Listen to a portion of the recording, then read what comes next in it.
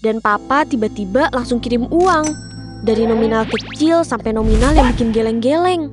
Tapi entah kenapa tiap Pak Eko telepon tuh papa langsung transfer aja gitu, kayak kena hipnotis. Satu persatu harta papa habis. Mobil dijual, emas digadai, tabungan kosong. Gue punya cerita.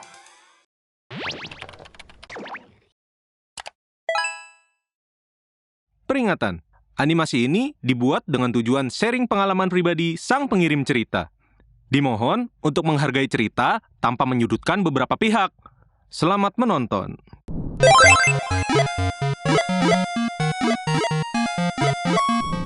Halo Sobat Penat, kenalin gue Kalista, umur gue 19 tahun dari Blitar, Jawa Timur. Kali ini gue punya cerita mistis berkaitan sama ilmu hitam yang dialami keluarga gue. Kisah horor ini yang gak butuh penampakan, gak ada poci, apalagi Neng Kunti. Tapi tiba-tiba uang habis di tangan orang yang kita gak kenal sama sekali asal-usulnya. Jadi papa sama mama nikah di tahun 2006. Di tahun 2007 lahirlah gue. Tapi sayangnya hubungan itu gak berjalan dengan mulus. Di tahun 2010 mereka bercerai. Tanpa merebutkan hak asuh anak, gue diasuh sama papa. Mama ada, tapi jarang banget gue ketemu dia. Paling cuma seminggu sekali, itu pun cuma beberapa jam. Gue ini anak tunggal. Sejak kecil dunia gue cuma satu, yaitu papa. Sosok papa di mata gue ini orang yang baik, terlalu baik malah. Kemanapun papa pergi, gue selalu ikut. Kita kayak dua orang yang saling bergantung satu sama lain. Tahun 2017, papa punya teman dekat yang punya hobi yang sama, yaitu miara ikan koi. Namanya Pak Nando. Mereka udah berteman lama. Tiap ada lomba ikan koi nih, mereka berdua selalu berangkat bareng, bahkan sampai keluar pulau sekaligus. Suatu hari, Pak Nando ini ngenalin temennya, namanya Pak Eko. Kata Pak Nando, Pak Eko ini lagi butuh uang 1,5 juta buat nebus uang dolarnya jadi uang rupiah. Dan nanti uang yang dipinjem Pak Eko bakal dikembaliin 2 kali lipat. Awalnya papa ragu, orang dia belum kenal banget kan. Tapi karena kasihan, jadilah papa kasih uang dengan nominal sesuai dengan yang dia minta. Dan dari situlah kepercayaan papa ke Pak Eko mulai pudar. Beberapa minggu setelahnya, Pak Eko terus-terusan hubungin papa dan minta uang tambahan, katanya uangnya kurang buat dicairkan. Keesokan harinya, papa ditelepon lagi sama Pak Eko. Dan papa tiba-tiba langsung kirim uang. Dari nominal kecil sampai nominal yang bikin geleng-geleng. Astaghfirullahaladzim. Astagfirullah. Pada saat itu orang sekitarnya udah memperingati, udah dinasehatin. Papa juga udah bilang ke orang-orang kalau gak bakal kirim uang lagi ke Pak Eko. Tapi entah kenapa tiap Pak Eko telepon tuh papa langsung transfer aja gitu, kayak kena hipnotis. Satu persatu harta papa habis. Mobil dijual, emas digadai, tabungan kosong. Rumah besar yang kita tempatin digadein dan kita pinjam ke bank 150 juta. Bahkan ikan koi kesayangan papa dijual jauh di bawah harga pasaran. Yang orang jual 75 juta, ini papa jual 30 juta. Dan semua itu larinya ke Pak Eko. Saat itu usia menuju remaja, walaupun gue gak mengerti terlalu jauh, tapi yang gue takutin kondisi kita berada 180 derajat dari sebelumnya sampai ke serba pas-pasan. Gue pun nasehatin papa buat samperin sama Pak Eko langsung dan bawa pihak ketiga. Papa gak okein tuh. Akhirnya papa dengar saran gue. Papa berangkat dari Blitar ke Malang sama mantan supirnya. Karena mobil udah dijual, papa berangkat pakai mobil yang udah disewa. Papa berangkat dari pagi sampai malam hari pun gak ketemu sama Pak Eko. Perjalanan mereka gak membuahkan hasil. Kita bener-bener lagi di titik gak punya uang sama sekali. Agustus 2019 hidup kita dihantam lagi. Suatu malam, gue sama papa lagi naik motor yang harus ngelewatin sawah. Itu perjalanan menuju kontrakan kita.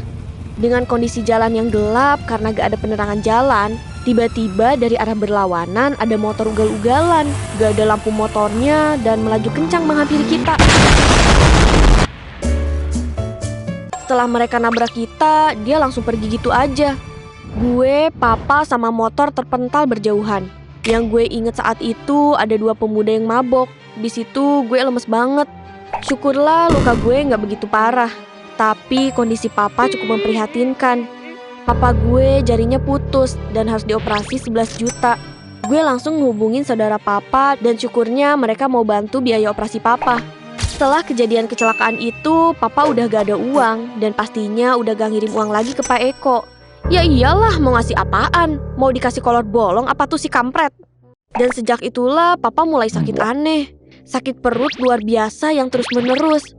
Udah diminumin obat anti nyeri, tapi gak ada perubahan dan malah makin sakit. Akhirnya saudara papa nyuruh berobat ke dokter. Papa dicek organ dalam dan dilakukan pemeriksaan endoskopi. Dimasukin kamera ke dalam tubuhnya buat ngeliat sakitnya apa. Hasil pemeriksaan nunjukin papa sehat, gak ada sakit apapun. November 2019, malam dimana yang gak akan gue pernah lupa seumur hidup gue. Gue yang baru sampai rumah abis jenguk tante lahiran, gue langsung masuk ke rumah dong. Pas ngucapin salam, kok gak ada balasan dari papa. Akhirnya gue samperin papa ke kamar. Ternyata papa lagi rebahan di kasurnya. Abis itu gue langsung bersih-bersih dan lanjut mau tidur kan. Tiba-tiba papa teriak dari kamarnya. Gue terbirit-birit samperin papa ke kamarnya. Dan betapa terkejutnya, gue lihat banyak darah di kasur, di lantai, sampai menuju kamar mandi. Gue samperin ke kamar mandi dan di dalam ada papa. Gue lihat mulut papa juga penuh darah dan darahnya itu juga keluar dari anusnya. Gue panik banget. Gue pun langsung nelpon adiknya papa yang tinggalnya satu perumahan. Om gue datang malam itu dan langsung bawa papa ke rumah sakit. Sesampainya di rumah sakit, papa langsung dibawa ke IGD. Di situ papa masih terus ngeluarin darah segar dari mulutnya dan papa terus-menerus muntah darah. Gue bingung. Padahal seminggu lalu dari rumah sakit dan dokter katanya papa sehat. Tapi kenapa kondisinya sekarang separah ini? Akhirnya dokter masukin selang lewat hidungnya buat ngambil darah dari dalam. Tapi rumah sakit itu alatnya gak lengkap dan rumah sakit sekitar juga gak memadai. Dan akhirnya papa dibawa ke rumah sakit ternama di kota. Di sana papa didiagnosis malaria. Badannya makin hari makin tinggal tulang sama kulit. Ditambah lagi perutnya makin membesar. Karena kondisi papa yang memprihatinkan, gue memutuskan buat cuti sekolah demi nemenin papa berobat di kota. Kondisinya gak ada perkembangan dan makin memburuk. Papa pun dirawat di UGD demi dapat penanganan intens. Tiap malam gue tidur sendirian di lorong rumah sakit. Kondisi papa gak kunjung membaik. Papa selalu ngigau dan minta untuk pulang ke rumah. Akhirnya gue berembuk sama keluarga papa dan bawa papa pulang. Pas sampai di rumah, banyak tetangga yang ngejenguk papa.